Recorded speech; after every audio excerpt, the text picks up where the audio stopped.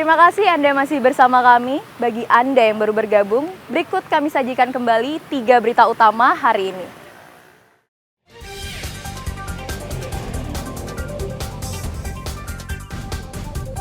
Kebakaran hutan dan lahan di kawasan hutan lindung Gunung Agung masih terjadi di 6 lokasi.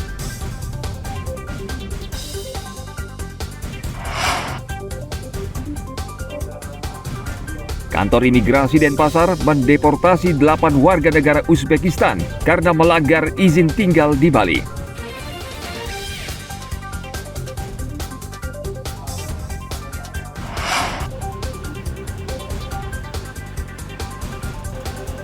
Musim panas membawa berkah bagi penjual minuman loloh cem-cem di Bangli.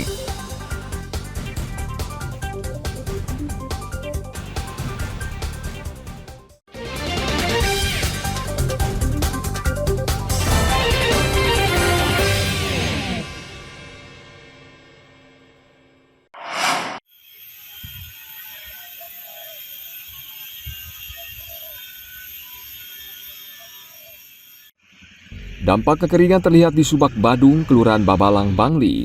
Lahan persawahan kering dan tidak ada air yang mengalir.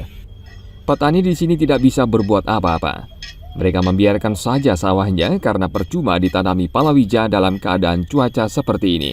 Musim kering yang berkepanjangan menyebabkan banyak petani terpukul dan dipastikan produksi dari sektor pertanian di Bangli terpengaruh. Pemandangan seperti ini sebenarnya terjadi sejak 3 tahun lalu. Bendungan Subak Badung jebol dan 13 hektar lahan pertanian mengalami kekeringan. Petani berharap tahun ini jika bendungan diperbaiki, mereka bisa menikmati panen. Namun kenyataannya malah terpuruk karena kemarau panjang. Karena memang musimnya begini, karena kemarau panjang, sementara ya di seadanya mantan dan sedikit. Berarti banyak lahan yang terbengkalai berarti? Nggih, banyak niki. Karena untuk tanam palawija juga tidak bisa karena kekeringan niki, kekurangan air. Juga untuk apalagi untuk menanam padi kan udah tidak mungkin bisa. Warga desa sudah mengajukan perbaikan bendungan, namun hingga saat ini belum ada realisasi. Petani di Subak Badung berharap pemerintah segera memperbaiki bendungan yang rusak sehingga lahan pertanian tidak terbengkalai dan petani bisa menikmati hasilnya. Tim Liputan melaporkan dari Kabupaten Bangli.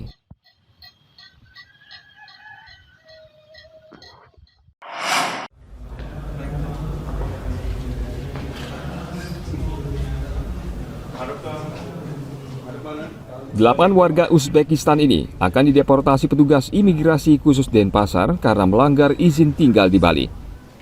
Rata-rata mereka masih berusia muda, bahkan salah seorang di antaranya masih remaja berusia 15 tahun. Dan sebagian lagi terkait hubungan keluarga, yakni kakek dan cucu.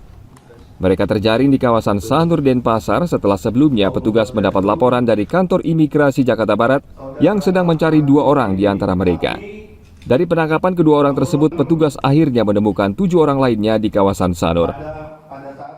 Dari tanggal 25 ke 26 mengamankan sebanyak 8 warga negara asing asal Uzbekistan yang telah melebihi izin tinggal keimigrasian.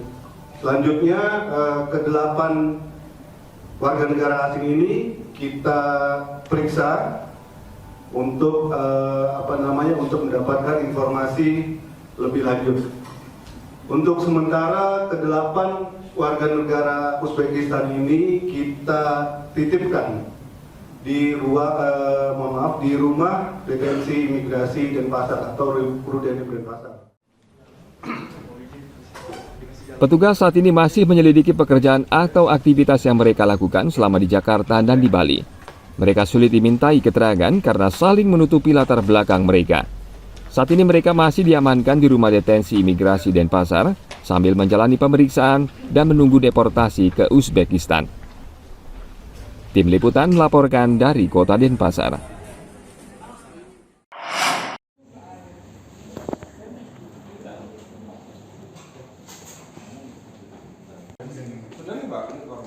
Kejaksaan Negeri Jemberana akhirnya membebaskan Abdurrahman setelah 2 bulan mendekam di penjara karena menganiaya ayah tirinya Tajudin berusia 65 tahun. Kejaksaan menerapkan keadilan restoratif setelah korban Tajudin akhirnya memaafkan perbuatan anak tirinya dan mengajukan permintaan maaf ke Kejaksaan Agung Jakarta. Kita bersama-sama pada hari kami di Kejaksaan Negeri mengambil langkah untuk penyelesaian secara restoratif justice. Kami melihat sebenarnya perkara ini dari kesalahpahaman dan mungkin emosi singkat sesaat. Kenapa kami ceritakan? Jadi sebenarnya perlu teman-teman sampaikan rekan-rekan bahwa masih ada hubungan saudara.